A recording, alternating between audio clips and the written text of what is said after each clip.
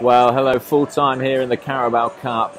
Arsenal 2, Norwich 1 after extra time. There is a new chant that's been ringing around the Emirates Stadium tonight. It's not particularly complicated, but it is catchy, and it goes something like Eddie, Eddie, Eddie. It's all about Eddie Nketiah, who came off the bench in the 85th minute and spared Arsenal's blushes, turned the game around. A brace for him. What a night for him. I'll be honest, I didn't think I was going to be so upbeat recording this video with 84 minutes gone. It had been a diabolical performance, really, from Arsenal. The senior players particularly disappointing. You know, when you pick a team like this, it's a gamble. And that gamble for a long time did not look as if it was going to pay off. To be fair, it was a little bit like the Red Star Belgrade game. Disappointing for a long time, and then something fun happened at the end that we'll remember it by. On that occasion, it was Olivier Giroud's goal. On this occasion, it was Nketiah's contribution.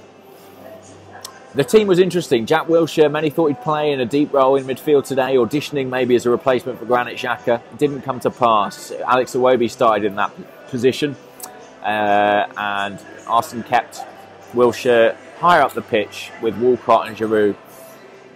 Have to say, Walcott and Giroud were particularly bad today. Really, really poor. And I think their involvement in that brilliant goal at Red Star kind of saved them from some criticism, but they were really, really shoddy tonight. And Wilshere was frustrated with Giroud asking for more movement.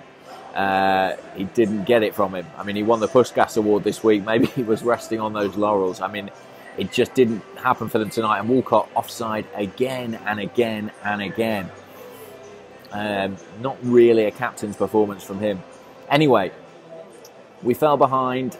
It was a makeshift back three, Debuchy holding an El Neni. I mean, only one of those is centre-half, and he's the most inexperienced player out there holding.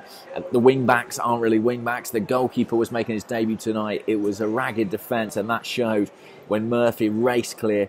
Debuchy, the man closest to him, but I think El Neni had stepped up. The back three was a mess, and I don't think Matt Macey will have been very pleased to be chipped. A very tall man, that's probably his best asset, and got chipped.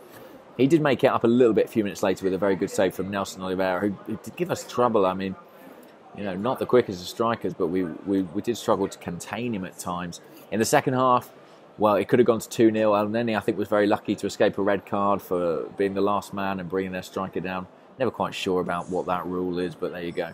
Anyway, eventually we started throwing players on. Chuba Akpom came on, and I thought did really well, actually.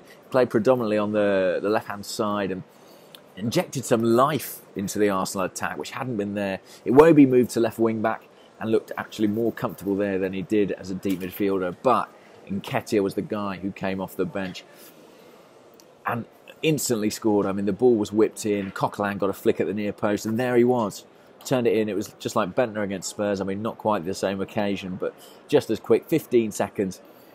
And a bit of a goal poacher. You know, Nketiah has got that incredible record at academy level. He has been a prolific goal scorer for the Arsenal youth teams. I have to say I've been excited about him making the step up to the first team, because we've all been waiting for a homegrown striker to come through. And we've been disappointed in the past. Think of guys like Akpom, like Benica Fobe, who've promised so much and not delivered. They never have had a night like tonight. And that doesn't mean necessarily that Nketiah is going to be a success, but I think it tells you that he's got more of a chance, maybe. And the personality with which he celebrated, he wasn't meek. He was like, yeah, this is me, this is my time. I have to say, I really like that.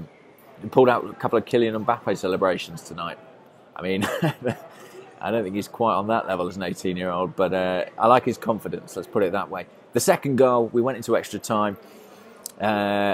And I mean, that was a fantastic leap. I mean, funnily enough, Chelsea released Nketiah earlier in his career because they didn't believe he was big enough to make it. Well, the fact that he leapt above a Norwich City defender, powered that header into the top corner, was one in the eye for Chelsea Football Club, which I'm always happy to see.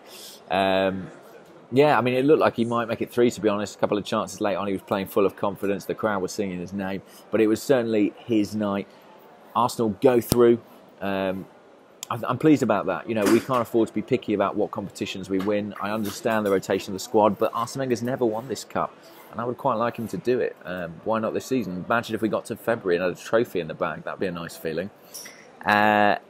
So, And Jack Wilshere, 114 minutes completed. Not his best performance, but that's a big milestone for him, big landmark. Anyway, I'm excited about tonight. You know, I know people say, look, don't get overexcited. He's just a young kid. Who knows what he's going to do? You're absolutely right. But if, as a fan, you can't be up for and excited about an academy product coming on, scoring 2 goals, turning the game around, then I don't know why you follow football. Genuinely, I mean, that's what it's all about. Brilliant to see. Absolutely delighted for the lad. And thanks, Eddie. You bailed us out big time. Okay, cheers, guys. Do subscribe.